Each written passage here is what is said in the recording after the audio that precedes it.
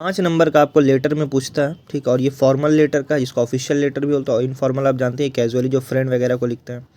इसका कुछ पॉइंट जो आपको याद रखना है, स्ट्रक्चर वगैरह, ठीक है। जैसे ये लेटर किसको लिखा था, एडिटर ऑफ न्यूज़पेपर हो गया, हेड ऑफ डिपार्टमेंट हो गया, डायरेक्टर वगैरह को, प्रिंसिपल या मैनेजर वगैरह को। सब्जेक्ट मैटर जैसे किसी चीज़ से रिगार्डिंग कंप्लेन करना है, जैसे किसी म्यूनसिपैलिटी को लिखना है रिगार्डिंग सीवेज क्लीनिंग, या regarding any of the types of complain which is happening in your nearby area.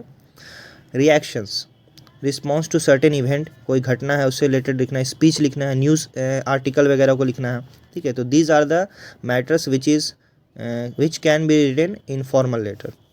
So the next is language, किस तरह से आपको लिखना है, क्या आपको रूडली लिखना है, वल्गरली लिखना है, नो, फॉर्मली लिखना है, असर्टिव लिखना है, एकदम पॉजिटिव अप्रोच के साथ लिखना है आपको। फॉर्मेट क्या है इसमें, मतलब क्या क्या आपको जो पॉइंट लिखना है पूरा कंटेंट। तो पहले अपना एड्रेस डालना है, सेंडर एड्रेस, फिर रिसीवर एड्रेस जिसको भेज रहे हैं, डेट तारीख याद रखना है, ठीक है ना।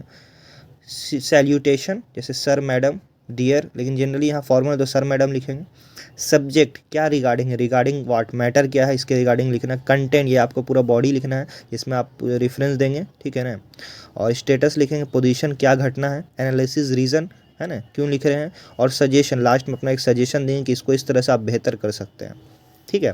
फिर क्लोजिंग मतलब कि लास्ट में आप जो अपना एक तरह का आभार व्यक्त करना है, जैसे थैंक्स हो गया, your sincerely, your truly, signature अपना करना है, ठीक है, अपना नाम लिख देना है इस तरह से, ठीक है। जैसे कि यहाँ पे एग्जांपल दिया हुआ, you are Rachna Raghu 15 mall road, address दिया हुआ Agra. You happen to see the following news item in newspaper, write letter in about 120 date of the newspaper about your view on the. यहाँ पे दिया हुआ न्यूज़ क्या है, the supreme court has pass an order that it is the responsibility of every citizen to took after his aged parent, if he fails he will not right of inheritance. मतलब supreme court ने एक आदेश निकाला है, जारी किया है कि हर एक बच्चे की जो है एक तरह से कह सकते हैं कि एक मोरल ड्यूटी हो गई है ना, एक मतलब करना ही करना है, एकदम ऑब्लिगेटरी हो गया कि अपने जो बूढ़े माँ बाप हैं उनकी जो है सेवा करनी है। अगर ऐसा नहीं करते तो उनको जायदाद से बेदखल कर दिया जाएगा, एक दरखास्त में बर्खास्त कर दिया जाएगा, ठीक है। तो ये जो है एक न्यूज़ दिया हुआ है, अब उससे रिगार्डिंग आपको लिखना है। तो सबसे पहले क्या आता है, सेंडर एड्रेस आएगा, फिर उसके बाद डेट लिखना है, तारीख, फिर रिसीवर एड्रेस किसको भेज रहे हैं, the editor of news of India हो गया। सैल्यूटेशन डियर सर, और सब्जेक्ट क्या है, केयर फॉर द एल्डरली, यानी बूढ़ों के प्रति, यानी जो बूढ़े लोग हैं उनके प्रति क्या है, आभार व्यक्त करना है उनके केयर के लिए।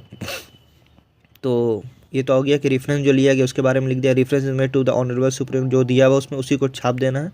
Reference is made to the honourable supreme court ruling that it is responsibility of every citizen took after his age parents, है ना, कि जो सुप्रीम कोर्ट ने जो आदेश जारी किया कि हर एक मतलब बच्चे को जो अपने माँ बाप का ध्यान रखना, हर एक सिटीज़न को, ठीक है, उनकी रिस्पॉन्सिबिलिटी है।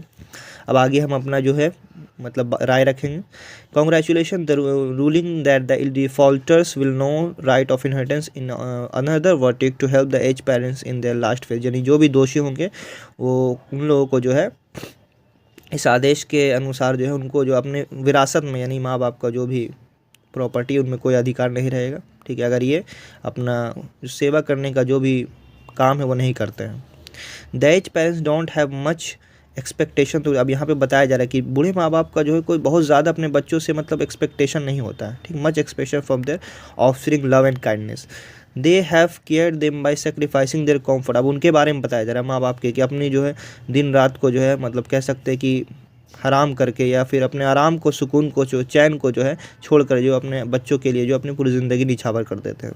There own needs were never even consider, वो अपनी ज़रूरतों को भी नहीं सोचते हैं, ठीक है। इस तरह से मतलब थोड़ा सा इमोशन भी अपना लिख देना है बीच में। No it become the duty of their children to look after parents, अब क्या कर दिया सरकार सुप्रीम कोर्ट ने कि हर बच्चे की ये जिम्मेदारी है अपने माँ बाप का ध्यान रखें, ठीक है। When they are at vulnerable phase of life, यानी जब वो असुरक्षित महसूस करते हैं अपने आखिरी समय में, है ना, बहुत ही सिक्योर नहीं होते, किसी समय भी कुछ भी उनके साथ हो सकता है, तो उस समय वल्नरेबल फेज़ में जो है उनको देखभाल करना, अगर नहीं करेंगे तो फिर आपको जायदाद से बेदखल कर दिया जाएगा, ठीक है। अब उनकी ज़रूरतों के बारे में बताया जा रहा है माँ बाप की। Their need is so much not so much of material comfort, उन्हें कोई मटेरियल चीज़ों की जरूरत नहीं कि आईफोन चाहिए 14 प्रो 15 प्रो इस तरह का नहीं है, ठीक है। टू सम टेंडर केयर, बस थोड़ा सा ध्यान रखना है, ठीक है। Reassurance of their sacrifice when not, उनको हमेशा याद दिलाते हैं कि आप लोगों आपने जो हमारे लिए किया है वो बर्बाद नहीं किया, हम नालायक नहीं निकले हैं, ठीक है। तो इस तरह से जो है हम लोग जो है लिख सकते हैं, ठीक है। और ये वर्डिक्ट जो है यानी ये जो फैसला आया है सुप्रीम कोर्ट के द्वारा, ठीक है, ये एक इंसेंटिव होगा, यानी उन लोगों को जो है जो नहीं करना चाहते हैं ना वो करेंगे, ठीक है, माँ बाप के लिए। For ensuring love and care as an power, इससे क्या हो कि माँ बाप को एक तरह से अधिकार मिल गया, ताकत मिल गया, ठीक है, कि आप debar their offspring from their right and of inheritance, यानी उनकी विरासत से वो बेदखल कर सकते हैं। डिबार मतलब बेदखल करना, ठीक है, ठीक है। This may not enable the parents to win the love of the children, but honourable supreme Court deserve to be commended for his gesture towards the elderly. हो सकता है इससे बच्चे अपने अंदर से माँ बाप जो है बच्चों का प्यार ना पा सके, यानी पूरी तरह से, ऊपर भी हो सकता है करे जो लालच में, लेकिन सुप्रीम कोर्ट को इस तरह के काम के लिए सराहनीय करना चाहिए, है ना, जो जिस तरह का ये फैसला लिया गया है। फिर लास्ट में योर ट्रूली और सिंसियरली अपना नाम लिख देना, ठीक है, जो भी, और फिर उसका कंसर्न सिटीजन, इस तरह से आप लिख सकते हैं। ये एक फॉर्मेट आपको हेल्प करेगा लिखने में।